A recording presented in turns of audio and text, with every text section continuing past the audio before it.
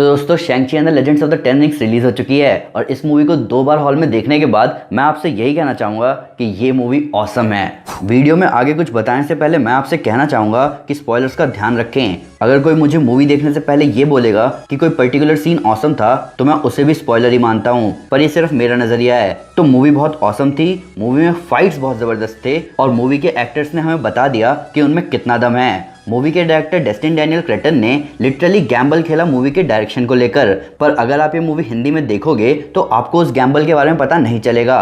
इन सब के ऊपर मूवी में एक मिड क्रेडिट सीन है और एक पोस्ट क्रेडिट सीन जो कि मूवी को आगे एमसीयू के लिए प्रिपेयर कर रहा है। तो दोस्तों मैं हूं अमन सिन्हा और आज मैं रिव्यू करने जा रहा हूं शैंग-ची and the legends of the ten rings movie का। इस वीडियो में ऐसा कोई स्पॉइलर नहीं है जो कि आपके मूवी देखने के एक्सपीरियंस को खराब करे। इससे ज्यादा स्पॉइलर तो आपको मूवी के ट्रेलर नहीं दे दिया होगा, पर इस वीडियो में मैं कुछ छोटे मोटे डायलॉग्स और सीन के बारे में बात कर रहा हूँ, वो भी सिर्फ रिव्यू पर्पज के लिए। तो ये आपके ऊपर है कि आप हल्के फुल्के डिटेल्स को लेकर कितने कंफर्टेबल हैं। तो स्पॉयलर्स का ध्यान रखते हुए चलिए शुरू करते हैं। तो सबसे पहले मैं इस मूवी को सुबह सुबह हिंदी में देखने गया, क्योंकि अगर हमने पिछली मार्वल मूवीज से कुछ सीखा है तो वो ये है कि इन मूवीज की हिंदी डबिंग बहुत ज़बरदस्त होती है और हिंदी डबिंग ऑसम थी भी। हालांकि जब मूवी ओवर हुई तो कुछ खालीपन लग रहा था। मूवी में चाइनीज लोग थे तो कहीं ना कहीं तो चाइनीज लैंग्वेज का यूज़ तो दिखना ही चाहिए था, और यही मुझे लगा कि मुझे ये मूवी इंग्लिश में भी देखनी पड़ेगी। तो इंग्लिश में देखने के बाद पता चला कि मूवी में बहुत सारे डायलॉग चाइनीज लैंग्वेज में बोले गए हैं जिनके लिए इंग्लिश सबटाइटल्स दिए गए थे। ये था डायरेक्टर डेस्टिन डैनियल क्रेटन का गैम्बल। जिन सीन में सारे कैरेक्टर्स चाइनीज बोलने वाले थे उन सीन्स में लिटरली चाइनीज लैंग्वेज ही बोला गया है, और जिन सीन्स में एक आध इंग्लिश बोलने वाले कैरेक्टर्स प्रेजेंट थे वहीं इंग्लिश का यूज हुआ है। इस वजह से इंग्लिश में मूवी थोड़ी सी ज़्यादा रियलिस्टिक लग रही थी। यही फ़र्क है इस मूवी और ब्लैक विडो मूवी में कि उसमें कैरेक्टर्स रशियन थे पर सब रशियन बोलने की जगह सिर्फ रशियन एक्सेंट में बोल रहे थे।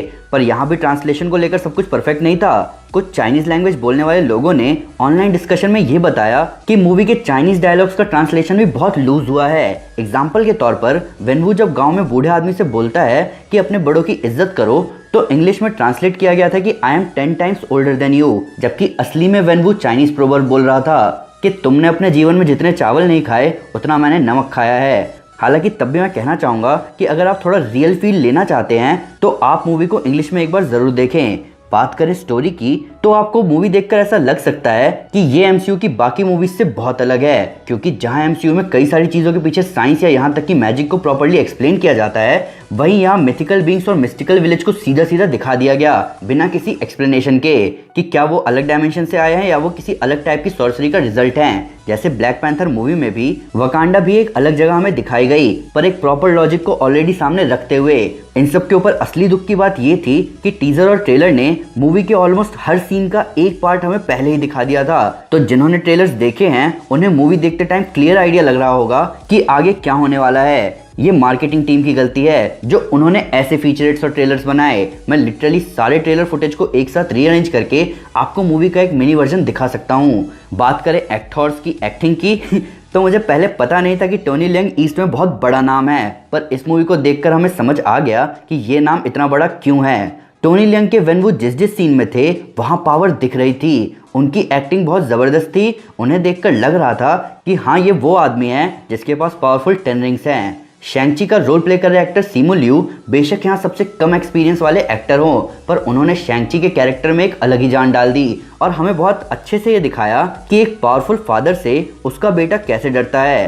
तारीफ यहाँ चाइल्ड एक्टर्स की भी करनी पड़ेगी। उनका डर, उनके माता पिता के प्रति उनका लगाव बहुत रियल लग रहा था। शैंग-ची की माँ का रोल प्ले करने वाली एक्ट्रेस फाला चैन की परफॉर्मेंस यहाँ बहुत इंपॉर्टेंट थी, और ये उनकी ज़बरदस्त एक्टिंग का ही रिजल्ट था जो हमें वेनवू का पेन समझ में आया कि क्यों वो अपनी वाइफ के जाने के बाद ऐसा बन गया।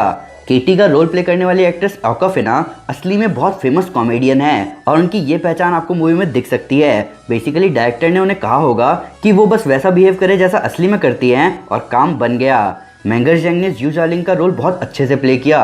जहां एक तरफ शैंग-ची के एक्टर सिमू लियू ने 10 फाइटिंग स्टाइल सीखे थे मूवी के प्रोडक्शन से पहले, वहीं मेंगर जेंग ने एमएमए, टाई ची और रोप डार्ट सीखा था। इसीलिए मूवी में उनकी फाइट और उनके स्टंट्स बहुत रियल लग रहे थे। प्लस मैं आगे भी मेंगर को देखने के लिए बहुत एक्साइटेड हूँ, क्योंकि जहाँ बाकी कैरेक्टर्स को हम समझ पाए कि कौन अच्छा है और कौन बुरा है, वहीं यहाँ कोई भी मेंगर के कैरेक्टर को नहीं समझ सकता कि उसके दिमाग में क्या चल रहा है। तो एक कम्प्लेक्स पोर्ट्रेयल सही में बहुत औसम था। इन सब के अलावा मूवी में मिशेल येओ और बेन किंग्सले भी थे। मिशेल यू ने परफेक्ट गार्डियन का रोल प्ले किया है और बेशक मैं अभी थोड़ी देर पहले कह रहा था कि कुछ चीज़ें प्रॉपर्ली एक्सप्लेन नहीं करी गई हैं, पर अब मैं कहना चाहूँगा कि मिशेल यू की कैरेक्टर ही उन एक्सप्लेनेशन का पार्ट थी। वो ही मूवी में मिथिकल विलेज की गार्डियन है जिन्होंने शैंग-ची और शू शालिंग को विलेज के बारे में उतना ही बताया जितना उनको जानने की ज़रूरत थी। बेन किंग्सले का ट्रेवर्स स्लेटरी वापस आया एक बहुत क्रूशियल कैरेक्टर की तरह, जिसको उसकी एक्टिंग का फायदा हो ही गया।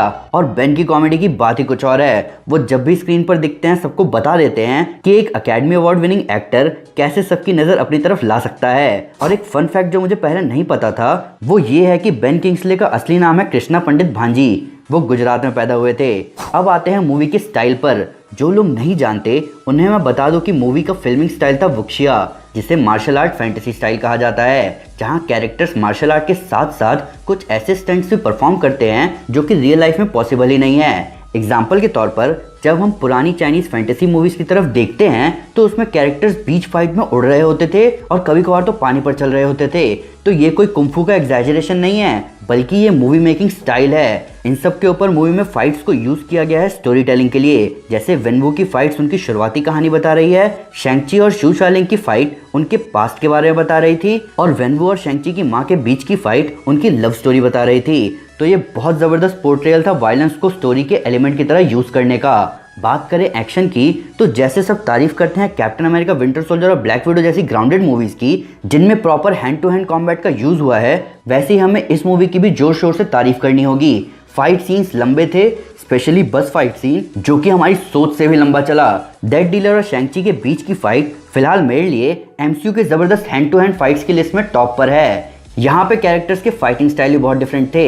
वेनवू का फाइटिंग स्टाइल हैवी और ब्रूटल था, वहीं शैंग-ची की माँ का फाइटिंग स्टाइल बैलेंस और पीस पर बेस्ड था। शैंग-ची का स्टाइल शुरुआत में उसके पिता जैसा ब्रूटल था, पर आगे जाके हमें उसके स्टाइल में उसकी माँ के फाइटिंग स्टाइल के एलिमेंट दिखे। और शू शालिंग का फाइटिंग स्टाइल थोड़ा मॉडर्न था, जहाँ उसका इंडिपेंडेंस उसके फाइटिंग स्टाइल में दिख रहा था। मूवी के स्टंट कोऑर्डिनेटर ब्रैड एलन ने बहुत ज़बरदस्त काम किया है इन सारे सीन्स को कंसिस्टेंट बनाने में, पर दुख की बात यह है कि वो मूवी के रिलीज से पहले चल बसे। तो शैंग-ची and the legends of the ten rings में बेसिकली चाइनीज कल्चर का रिप्रेजेंटेशन बहुत स्ट्रांगली किया गया है, जिसे देखकर मैं उम्मीद करूंगा कि मार्वल स्टूडियोज आगे किसी इंडियन सुपर हीरो को भी इसी डेडिकेशन के साथ इंट्रोड्यूस करे, जहां हम इंडियन फैंस हमारे कल्चर को भी इसी ऑसम सिनेमैटिक यूनिवर्स में गर्व से देख पाएं। बात करें कि मूवी मार्वल सिनेमैटिक यूनिवर्स से कैसे जुड़ रही है, तो मूवी तो पूरी तरह फोकस्ड है शैंग-ची और उसके ओरिजिन पर, लेकिन यहीं आता है मिड क्रेडिट सीन जो कि मूवी को जोड़ रहा है एमसीयू से बहुत ग्रैंड स्केल पर, और पोस्ट क्रेडिट सीन हमें आगे के सीक्वल्स के लिए एक्साइट कर रहा है।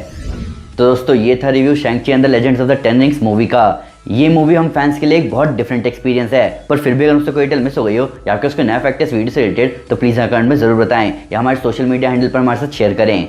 हम हर जगह हैं। तो दोस्तों secret invasion Disney plus series announce हो चुकी है। तो अगर आप इस ज़बरदस्त एवेंजर्स इवेंट के बारे में जानना चाहते हैं तो मैं आपको हमारी secret invasion comic series recommend करूंगा। साथ ही साथ अगर आपको वीडियो पसंद आए तो इस वीडियो को लाइक और शेयर जरूर करें, और ऐसे कई सारे सुपर कंटेंट के लिए हमारे चैनल को सब्सक्राइब करना ना भूलें। Thank you guys, this is Aman Sinha and you are super super. Piece.